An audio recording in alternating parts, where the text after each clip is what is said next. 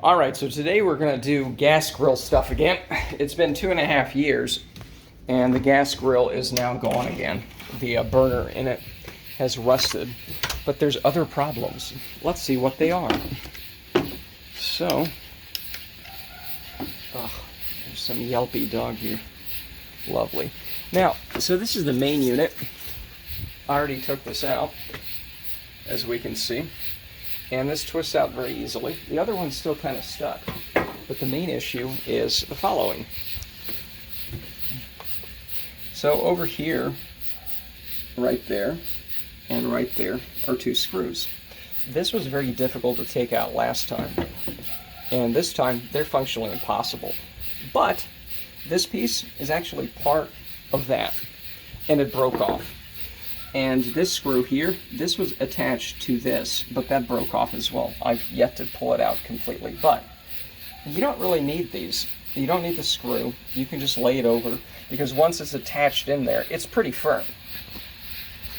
So this grill's now 15 years old. God, that dog's annoying. Which dog is that?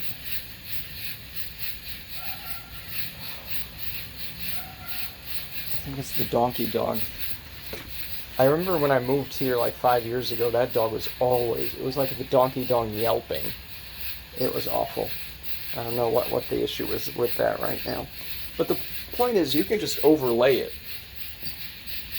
And I think we'll do that. In fact, let me just get that real quick, just to think out loud and see what we're going to do. So here's the new big piece right here, and it has this thing, right? But you don't need to have a screw in there, because I can't take those out. They are just rusted in there. And this 15-year-old piece of crap might have another good couple of years in it. So this is basically it. Is you just put it in like that over it, right? And you don't have to secure it, because once this is stuck in there, it's going to be pretty solid. So let's see if that actually works. All right, so we're back.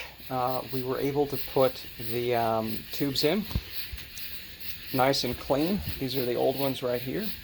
And these are a little janky, you know, but they're very secure here where it matters, right there and right there. So that's where the gas comes in, and that's very secure. This is not so much, right? But it's not like we're throwing this down the stairs every day, you know? It's just going to sit there, and let's see if it works. So I've already turned it on there. Let's turn it on here. Let's have some gas. This still works, the ignition. Let's turn this off for funsies. 1, 2, and... Uh-oh.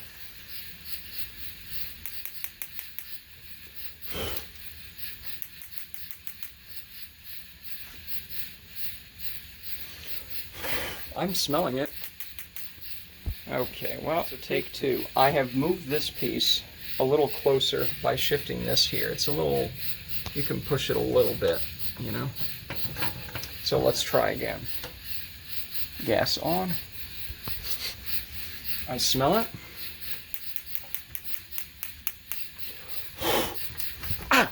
Shocked myself, you son of a bitch. You know what, let me get my barbecue lighter. Take three.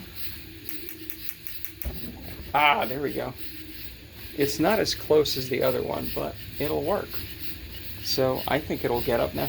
I'm going to put this down, and we'll see how hot it gets. So we'll wait about 5 minutes, and we'll be back. So the exciting conclusion to putting in the new grill burner tubes. Let's see, does it heat it up? It's been a little over 5 minutes. Let's see how it goes. Oh, if anything, that's over 600.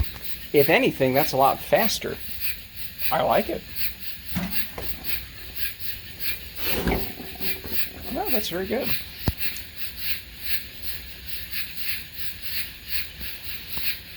So it doesn't have to be perfect. It's 15 years old. It's also kind of gross.